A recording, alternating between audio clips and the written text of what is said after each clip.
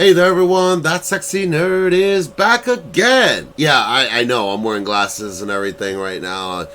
I have been so under the weather, but again, show must go on. Yeah. And we're watching Cleopatra today. And man, I guess we're finally almost done with this, huh? Like, shit, like this went by fast. Is there really anything else to know? She got killed by a snake, and now we gotta figure out everything else. So let's say we just get into it. So please smash that like button if you want to see more sexy and nerdy content, and subscribe if you think I deserve it. And let's do this thing, y'all. Rome, August 15th, 29 BCE. It's the third day of Octavian's triumph, celebrating his victory over Egypt and the East. He's been laying the groundwork for becoming Rome's first emperor and wants a party that feels like a coronation. So, he spares no expense on the triumph's displays. But the most costly addition comes last. Rome's greatest enemy, Cleopatra. Though robbed of a living prisoner by a snake's bite, Octavian has commissioned a life-size replica depicting Cleopatra at the moment of her death. Onlookers are stunned. It's so realistic, most assume it's her real body. And it's this posthumous display that represents the moment that Cleopatra passed from living memory into history and myth. Because while Octavian's propaganda machine turned the Queen of the Nile into a useful foil for the rise of the Roman Empire, it also ensured Cleopatra would enjoy what the ancient pharaohs only dreamed of when they built the pyramids: eternal life. Yeah.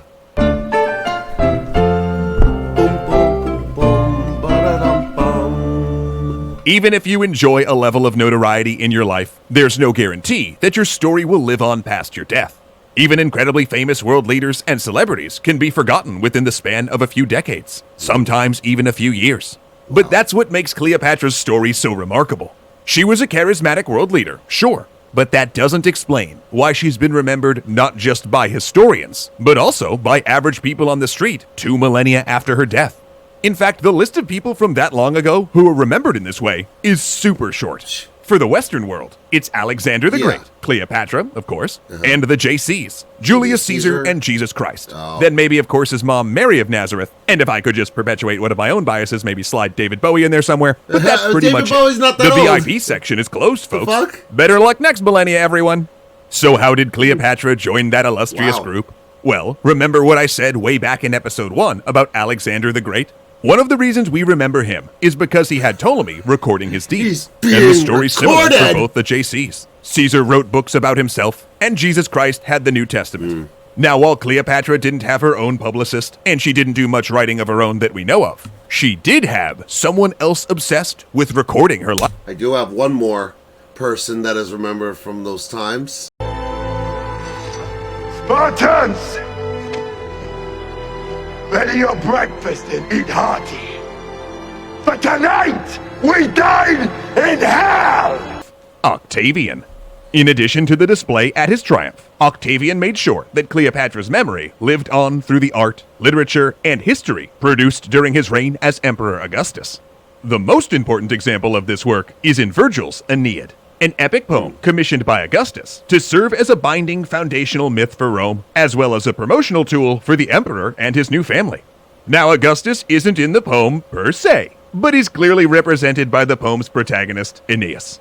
In fact, you know what? Let's see if we can all get the very, very subtle subtext. Aeneas is handsome, savvy, and guided by traditional Roman values. It's totally and at a pivotal moment in the Aeneid, Aeneas meets and falls in love with Queen Dido of Carthage. Dido is charismatic and clever, and has fled her homeland of Phoenicia for fear of being murdered by her brother. Though their love is intense and passionate, the pious Aeneas submits to the will of the gods and leaves Dido for Italy to establish Rome. Then, crestfallen, Dido commits suicide in dramatic fashion. Yeah, okay, I'm going to take some wild stabs in the dark here and say that Aeneas guy is actually Augustus, and Dido is, let me think. I'm feeling like a little bit of wish fulfillment about his relationship with Cleopatra. Did we just find the hidden meeting? Joke. I don't even know about that, because she did offer herself to him, and yet, he was like, no, I'd rather put you on display for Rome and show how Excuse my language, big my dick is. Aside, it isn't subtle, and the meaning would have been crystal clear to any Roman of this time period. Augustus succeeded because he didn't fall for the same trap as Julius Caesar and Mark Antony. Yeah, well, he remained true to Roman values and avoided temptations of foreign women from the East. Plus, the more ingenious and formidable he depicts his version of Cleopatra, the better he looks for beating her. It was really a brilliant way to put himself in the center of the story. And not just by besting the wily Cleopatra, but also succeeding where the great Caesar and Antony had failed. Thanks to Augustus, Cleopatra became foundational to Roman self-image during the new imperial age. Because when you're trying to create an identity for your people, it's important that you develop an antagonist. Someone or something you can overcome to show your ability, but also to highlight the characteristics and habits that you oppose. More often than not, groups define who they are by defining what they aren't, through singling out some other group they consider to be their opposite. Historians call this process othering, and refer to its target as the other. Thanks. Ooh, there's a certain person, a certain political candidate that does that in spades.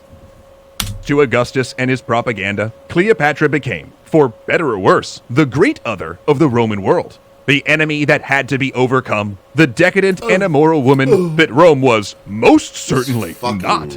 So given that, it's not surprising that the memory of Cleopatra lived on through the rise and fall of the Roman Empire. But how do we explain the popularity of Cleopatra today? Well, Globe Theatre, London, 1607 CE. It's scene 2, Act 5 of William Shakespeare's new play, Antony and Cleopatra. The theater's packed, with many audience members standing on the dirt floor, looking on as the members of the King's Men Acting Company step forward. I just see that picture and I'm just like, a good show. Man portraying Cleopatra puts a snake to his breast and says her final line. As sweet as balm, as soft as air, as gentle. Oh, Antony. Nay, I will take thee too. What? Should I stay? She falls to the floor, dead, and the audience weeps. Commoners, shedding tears for a queen who died a millennium and a half before their births, from a land they can't even imagine. Nope. Because Cleopatra's story of also would be really racist against, so let's not forget, really racist against. They're like, what's with all these dark people here? War, love, tragedy, and death is powerful, resonating beyond its original time and place. And that resonance is the secret ingredient to Cleopatra's longevity in our historical memory. To be sure, a lot of our knowledge of Cleopatra is based on the popularity of classic Roman histories and the leftover busts, coins, statues, and memorials from her reign. But that only gets you so far. To be remembered for centuries, truly remembered, you need a compelling story. A story people can't stop thinking about, reliving, and retelling. Wow. In the classical era, her stories were the basis for propaganda and epic poems. In the Middle Ages, she inspired romantic poetry and some of Chaucer's tales of courtly love. Then during the Renaissance, she was a major figure in breathtaking art and became the leading lady for one of Shakespeare's most famous plays. Wow. In the Industrial Age, she was the protagonist of George Bernard Shaw's Caesar and Cleopatra, a play designed to critique modern politics. And finally, in our own age, Cleopatra and her stories are material for dozens of movies, television shows, and even video games with assassins and microtransactions. Cleopatra didn't need to build a pyramid, for her monuments are all around us. Even though these fictionalized portrayals often play fast and loose with history, they nevertheless help sustain the memory of an important historical figure. And when it comes to historical memory, historical fiction is often as important, if not more so, than scholarly history. Because, think about it. Would an everyday person know as much as they do now about the $10 founding father without a father if it weren't for, what's your name, man? Truly accurate or not, these stories have power. But almost all of these portrayals of Cleopatra do have one thing in common. They were written by men. From Virgil to the many Hollywood producers of today, Cleopatra's narrative has been dominated by men who tend to depict her like Octavian's ancient propaganda, an object of sexual desire and temptation, rather than the astute political operator she actually was. So in crafting our extra history of Cleopatra, we wanted to base our research in the recent scholarly histories written by women, including Mary Beard, Cara Cooney, and Prudence Jones. That way, we could bring you the most up-to-date interpretation of the last pharaoh from women who knew way more about Cleopatra than we ever could. And our learning of the story of Cleopatra is still ongoing. Maybe it will stay the same, or maybe new archaeological findings will fundamentally shift our perspective or add new elements. But no matter what, her story will remain in our minds. After all, when Cleopatra made that drunken bet we talked about in the beginning of our first episode, she knew exactly what she was doing. The pearl would dissolve into nothing, sure, but the story of it, as well as the many other fantastic stories from Cleopatra's life, would live on for all time. Bottoms up, everyone. Bottoms up! That just ended really well. I mean, I like that, how her tale was actually carried on. Because I remember I was fascinated by her when I was a little kid. And it was not just because of the movie, not because, like, you know, my God, that woman was beautiful.